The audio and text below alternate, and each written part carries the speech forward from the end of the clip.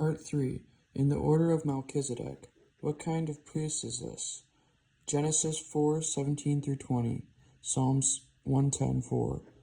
Abraham's nephew Lot had been caught up in a regional war and was captured. After rescuing his kinsman, Abraham was approached by Melchizedek, described as the king of Salem and the priest of the God Most High. Genesis 14:18. Melchizedek means king of righteousness. Salem, likely referring to the city that would become Jerusalem, means peace. Melchizedek generously provided wine and bread for Abraham. In verse 18, then he blessed Abraham in the name of Elion.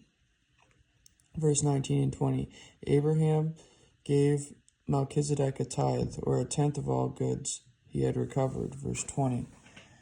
The only other mention of Melchizedek in the Old Testament is found in Psalms 110. This prophetic Psalms of David explains how the Messiah will reign as king in Jerusalem and beyond.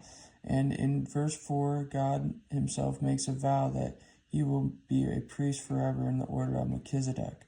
This parallel between Jesus and Melchizedek is clarified further in Hebrews 7. What parallels do you see between Jesus and Melchizedek based on the Old Testament? Jesus living a life of righteousness and a priest of God, so is Melchizedek. Jesus was punished in sinners' place to atone all, and he was flawless. Melchizedek reigning in power until death. I like the resemblance of Salem and Jerusalem, and where it talked about peace. Jesus broke bread and wine in covenant. Melchizedek provided for Abraham bread and wine. Abraham tithed after the blessing from Melchizedek. After tithe, Jesus blesses us, serving, money, integrity of character in the situation. He does all the time. Part B, the great priest. 7:11-28 Hebrews. The author's goal in Hebrews 7 is to make a point that Jesus as priest forever in the order of Melchizedek. He is. Verse 17 is the perfect high priest forever. Verse 28. In verse 11, the focus shifts to Jesus as the author uses the example of Melchizedek to describe the superiority of our great high priest. Like Melchizedek, Jesus' priesthood is eternal. Verse 25. Like Melchizedek, Jesus' priesthood is not based on lineage. His lineage would come to pass, but Jesus is, and always will be, having power to save. He was part of the tribe of Judah and became a priest not because of his genealogy, but by the power of life that cannot be destroyed. Like Melchizedek, Jesus has the power to bless. His perfect righteousness meant his one-time sacrifice was enough to cover all sin all time. Verse 27.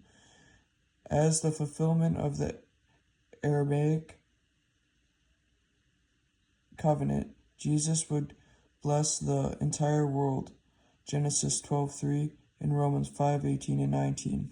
Anyone willing to receive, obey, to walk, and a name to claim, any or all of these things. Jesus suffered, the head of the crown of thorns, our thoughts, his hands pierced, the works we do not do, the feet pierced, the walk we didn't walk, the lashings, the thoughtlessness of sin, the transgressions, the pierced rib, the blood and water that flowed out, the living water he is, and the atonement he is. The breath of life was taken from him being pierced in the ribs, and he gave the breath of grace.